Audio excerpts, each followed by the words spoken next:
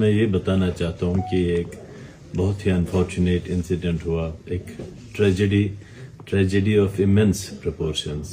एक 9वीं जमात में लड़की पढ़ रही थी, उनकी एज जस्ट 15 ईयर्स थी और वो इस स्टेज पर पहुंच जाए कि जिंदगी का खात्मा करें, सुसाइड करें। तो ये इटसेल्फ बहुत ही बड़ा डिजास्टर है कि उनकी, मैं यही सोच रहा हूँ कि उस बच्ची की जिंदगी इस सुसाइड करने से पहले कितनी पेनफुल हुई होगी कि वो मजबूर हो गई ऐसा एक्सट्रीम स्टेप लेने के लिए। ये सिर्फ उस बच्ची की बात नहीं है, मेरे ख्याल में इसमें हम सब इन्वॉल्व है। ये क्यूमुलेटिव शॉक है हम सब के लिए। तो खुदा ना करे दोबारा ऐसे इंसिडेंट्स हो। और हमने बहुत स्टडी किया है इसमें कि क्या कंडीशंस थे which led to this poor girl to go for this extreme step.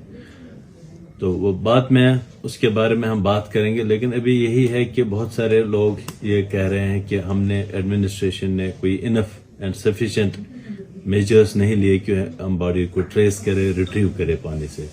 मैं दोस्त आपको बताऊं कि पिछले 10-12 दिन से हमारे SDRF teams, then MARCOS, local fisherman, forest department, जहां से भी हमें जितना कुछ पॉसिबल हुआ in terms of man and machinery, हमने सबका यूज किया। उनको हमने बहुत ही मतलब बड़ी जगह सोट से उनके हाथ जोड़े कि आप हमारे यहाँ आ जाएं।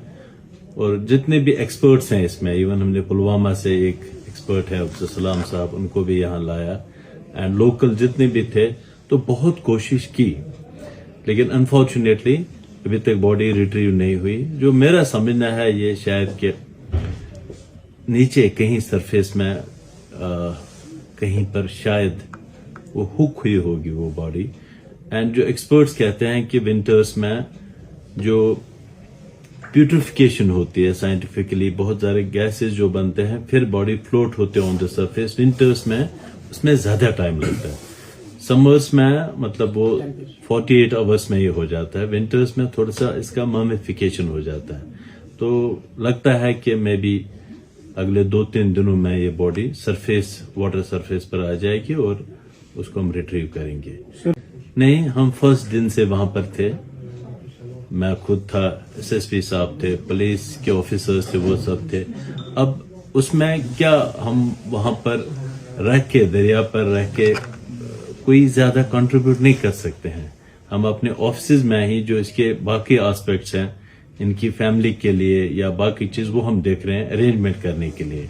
मैं उधर दरिया पर ही खड़ा रहूं, उसे कोई मसला तो हाल तो नहीं होगा। मैं खुद या फॉर दैट मैटर हमारे पुलिस के ऑफिसर्स दरिया में छलांग मार के अगर उससे भी कुछ हल हो जाता तो हम जरूर करते, लेकिन उसके लिए हम एक्सपर्ट्स को ही अरेंज करते हैं। हम वहां गए, उनकी फैमिली, उनके घर भी गए। अब क्या मेजर्स लिए, क्या रिलीफ लिए, वो शायद ठीक नहीं रहेगा बोलना यहाँ पर, बट आई एश्योर यू कि जितना भी पॉसिबल हुआ और जितना पॉसिबल होगा, we have come to the rescue of the family. अब बेचारी जो बच्ची गुजर गई है, देखिए वो लॉस ऑफ लाइफ है, एक ट्रेजिक लॉस ऑफ लाइफ है, वो किसी भी चीज से कंपनसेट नहीं होगा। लेकिन एक हकीकत भी है कि वो बच्ची दुनिया में नहीं है। ये हम सब की एक क्यूमुलेटिव ट्रेजेडी है। आज उसके साथ हुआ, कल किसी और के साथ हुआ होगा, लेकिन हम सबको इसमें एक लर्न करना है कि क्या चीज है कि वो बच्ची इस स्टेप पर मजबूर होगी।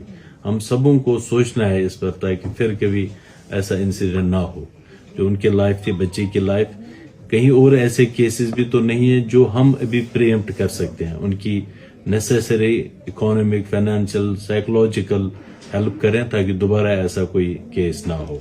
Regarding retrieval of the body, मैं फिर से रीइटरेट कराना चाहता हूं कि जितना भी पॉसिबल हुआ विद इन अवर रिसोर्सेज, उससे ज्यादा, much more than what was required, वो हमने कोशिश की। बट अनफॉर्चुनेटली अभी तक हमें कामयाबी नहीं मिली, लेकिन जरूर शायद अगले कुछ दिनों में बॉडी सरफेस पर आ जाएगी। देखिए, मैं कोई इसमें एक्सपर्ट तो नहीं हूं, बट पर्सनली जहां पर मुझे लगता है कि एक 2 फैक्टर्स हैं रिस्पॉन्सिबल सोपोर के लिए।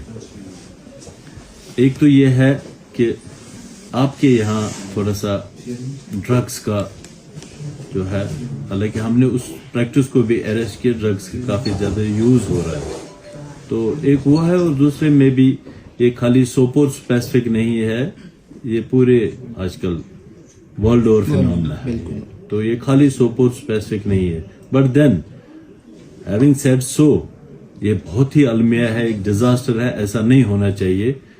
हम सब जितने भी लोग हैं, हमें ये पर्सनली इसमें इन्वॉल्व होना चाहिए और कोशिश करनी चाहिए कि दोबारा कोई सुसाइड ना हो। देखिए, मैं ये आपने अच्छी बात की।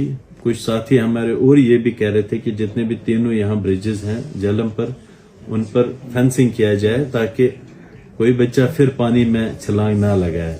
लेकिन मैं आपसे ये रिक्वेस्ट करना चाहता हूँ कि हम इन 3 ब्रिजेस के बॉर्डर्स को हम सील कर देंगे, लेकिन जो कोई आदमी या बच्चा डिसाइड कर लेता है सुसाइड करने के लिए, शायद वो दूसरा कोई मीन्स अडॉप्ट करेगा।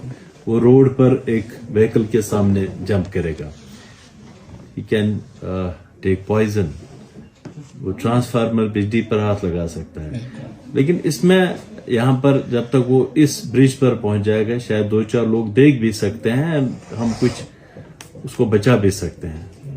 तो मेरे ख्याल में मैं यही पर्सनली समझ सकता हूं कि ब्रिज को सील करने से या उनके बॉर्डर सील करने से जो टेंडेंसी ऑफ कमिटिंग सुसाइड है वो शायद